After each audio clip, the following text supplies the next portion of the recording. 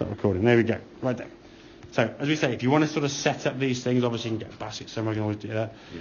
Get this stick in the ground, basically parallel to your club there, roughly speaking. Okay, that's going to be right of your target line. Your target line is this yellow thing there. Okay, the head cover on the inside now is to the left of that target line. Okay, so that's going to try and give you the visual of swinging the club a bit more kind of in this way and around, not that way. Okay, now takeaway was looking much better. Okay, so you take the club away there now. We do sort of there. That was good. Okay, hands staying nice and low there. Club halfway back there on line. We sort of hip joint there is absolutely fine. Then a nice hinge of the wrist, so halfway back. We want that in line with the shaft on the ground, which, as you can see, clearly is. Yeah. Top of the backswing, very, very good. Now, the practice and the feeling and the drill from here to how we get this club to work kind of more in this direction is the back that's facing the target there now is going to stay there as the arms kind of fall and drop down there. Now, you see how you're doing that there's a bit of a calf, like almost a fishing sort of technique, yeah? We're going like this way, yeah? When we get to here, okay, when you're there, this left arm's down here. This club should be still kind of back up here somewhere in line with that stick. So you're keeping this angle here with that thumb. We're not, as I call, sort of going fishing and casting that club. So we're not doing, chucking the rod up there to try and fish. Because now that hinge, that unhinging of that right elbow, it's the right forearm now straightening. The right arm and the wrist there, unhinging. That there is your release of power. Well, no golf ball, I would hope, is hitting this area up here somewhere. We're whacking him down there, aren't we? So you've got to keep that angle for a little bit longer, okay? Get that club coming back in. The path was actually pretty good in this case. That was probably better because you've got a bit more angle in your right wrist, okay? Once you've done all those kind of little gadgety things or the feeling things, you then just step to the golf ball and hit it. As a feeling, you might want to keep the back to target as you come down for longer. So when you get to the top of your back, and the good thing is that your shoulders are nice and square. Wasn't that really hard the last few weeks, okay?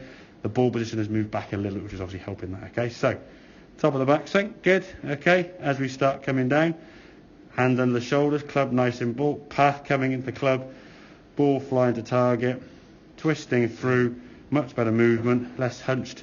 Yeah, and just watch that ball flight all the way to target and pitching pretty much next to the flag.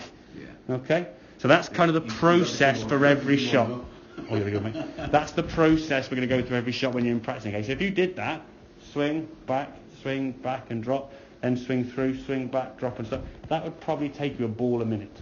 And that's the kind of numbers we're looking for in terms of practice. If you just stand there and whack 50 golf balls in 10 minutes, and you saw when you didn't do any prep, the biggest snap-off you've ever seen. Yeah. Because everything was changing in terms of the face, but your path just went, I don't want to hear a second, when you didn't do the prep work and all this kind of stuff up here and all the sort of hinging and keeping that way, your path just went back to a default mode over here. Club face then closed up and your ball was like, ta-da, just disappeared way left. You were the biggest, I mean, like, I don't know how far left it was almost on a different golf course, wasn't it? So when you take away that prep or that feeling of how that club's got to come in from this way, you will still default to swinging the golf club way to the left towards the old dolphin there. So what you can do, you can put something on there like a towel or a head cover or whatever it may be. Maybe an idea on the golf course, try and start visualising something in front of the golf ball as your intermediate target, which would be here, or maybe to make it less confusing, okay, pick just, if this yellow line represents your target line, pick something on the ground here as your intermediate target you're going to aim right of and try and you're swinging right of it, yeah? Yeah. That makes sense? Yeah. So rather than have 3 or 4 different, you're going, what the hell am I aiming at? Yeah. You're going to pick something just the left here of target and actually aim right at that line there. Yeah. You start getting more of that feeling of that ball flight doing it. You had a couple of shots of that were actual, and again, possibly for the first time ever, you have hit an actual draw in the fact the ball has started right of target and drawn back. You've hit the ball right to left in the air loads. But you've either aimed it over here somewhere and pulled it miles left and then just pull up it, or it's just started miles left and gone further left. The fact your golf ball on that 3 or 4 shots you had where it started right of the white line, okay, and in line with where you're aiming and drew back, shows you can do it, okay? Takeaway for me, ticks a lot of boxes, okay? Top of the backswing is very, very good. It's keeping that back to target for longer as the arms fall, but the club has to stay, or the wrists have to maintain hinge. If we do this and the old fishing, all your power's gone there. chances are you probably do this and then just pull across it anyway. Or if you don't do that and do the correct move, it would be a weaker shot because you just lost all the power of it. So this move here now, okay, so your arms are falling. Look at my thumb's kind of representing the shaft, yeah? If I'm here now, that's my shaft. There's top of the back thing up here. What you do is you kind of that, like a casting or a fishing motion.